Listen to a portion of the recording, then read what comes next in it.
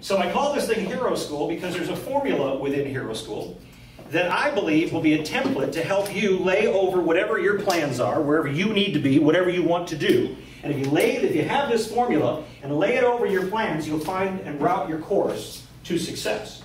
And that's really the reason for Hero School. Anyway, these movies are terrific movies, and there's something to them that I'll show you in a moment. But don't be embarrassed to show the movies. There are a few other films that I classify as hero films.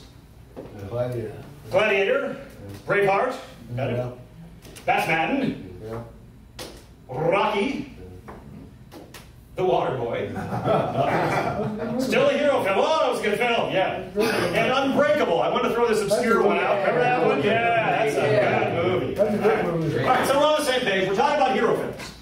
Now, if you study movies, and you may think you study movies, and then again, you may have studied movies, but this is something I learned from a guy named Sid Field. He teaches people how to write movies, how to write screenplays, the words that become the movies.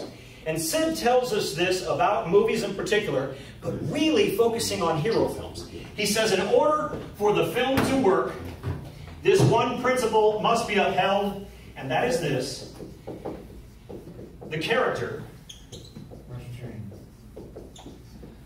must change. The character must change. Now, you don't have to believe it or agree with it. Just do me a favor. Just repeat it out loud. The character must change. Character must change. Now, there are a lot of things that I agree with and don't agree with.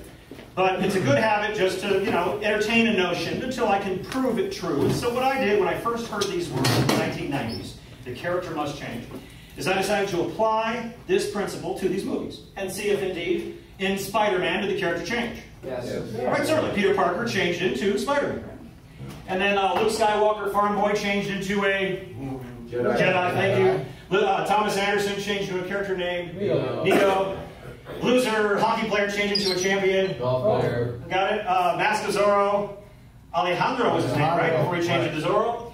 Obviously, Iron Man wasn't born Iron Man, right? Look at this Harry Potter series. We're talking about an orphan living under this. This is a foster care story. Phenomenal story.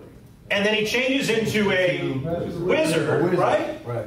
Obviously, Hercules, there's actually a song in this Disney film, From Zero to Hero. Right. Now, well, why does the character have to change? Could be something he did. Could be something he's not doing. In this case, poor Daniel. Yeah, it's not even his fault, right? His mom takes a job on the West Coast, right?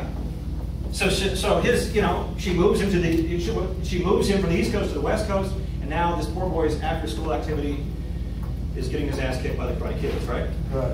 Okay, it's supposed to evoke in the viewer the character must change.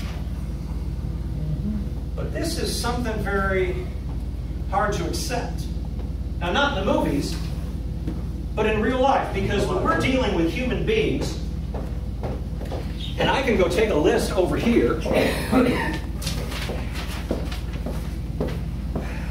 and I've seen these lists year after year after year, and I see all the tourists and people who come to Las Vegas, and I see the 8,000 families that move here, that used to move here every month. I kind of got a clue that our natural tendency is not to think the character must change, but to think, I think I'll change cities. Relocation. When something needs to change, our first tendency is not, the character must change. And we don't throw the cape on and start doing Morpheus' exercises. Right?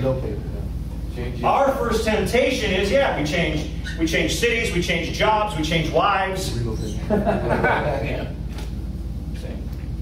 But the movies, and this is really the dividing line. I want you to focus clearly on this line you have to walk to get into the hero school place. Because if you just agree, you'll miss it, and you'll start thinking about changing stuff. I need a new job. I need a new expert. You need to follow this process that changes you into the one who can overcome the situation that you couldn't overcome to begin with. And again, many of the situations that we have to overcome, like in the case of the Karate Kid, these are not situations that are our fault. Some of them are, Shoot, I've been stupid.